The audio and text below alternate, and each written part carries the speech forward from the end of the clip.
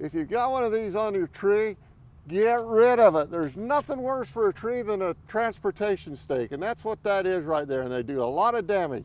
I got Dennis Swartzell here from Horticulture Consultants. Good to have you here, Den, and tell us just what's going on when we leave that stake on. Well, this is a freshly planted tree, and when the nurseries grow these, they put these, what we call nursery stakes, or as you called it, transportation stakes on the trees to support the trunk and keep it from being damaged during shipment.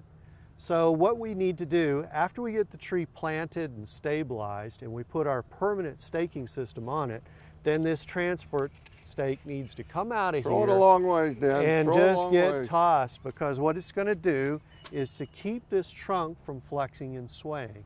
And it's the movement in the wind that actually builds the trunk tissue and makes the tree stronger. And that's just what we want. And when they leave it there, and some of those green things just look like that. That's right. It's very important to maintain the staking system for the duration of its placement there, because there's nothing worse than damaging a young baby tree.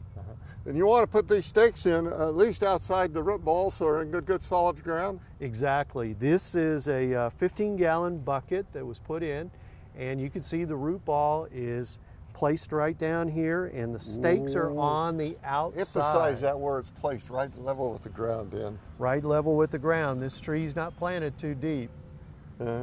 And then you just leave it and let it flap around, huh? Well, this is a triangulation system. A couple of landscape architects here locally developed this, and it allows the tree to move and sway in the wind, and it's a multi-trunk tree.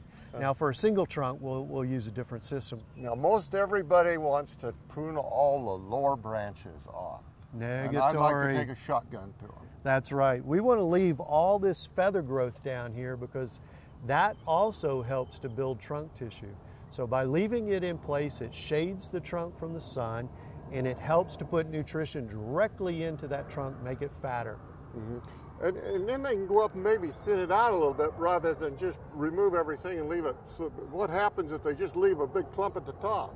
Well, then it gets top heavy. Remember, desert trees like this mesquite here are very prone to being low and squat. They want to shade that root system, and that's what they do in the desert. We try to prune them up into lollipops on a stick.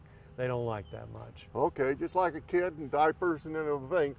Do we ever get rid of these guys? These should come off after about a year's time, because if you leave it on here too long, it's going to weaken the tree and not let it really succeed. And folks, I guarantee you, if you follow these rules, as Dennis has prescribed, you'll never have a plant grow over, because it builds the root system that reaches way out into the ground, and it'll stabilize the tree. Thanks, Dan. You're welcome. Now back to you in the studio.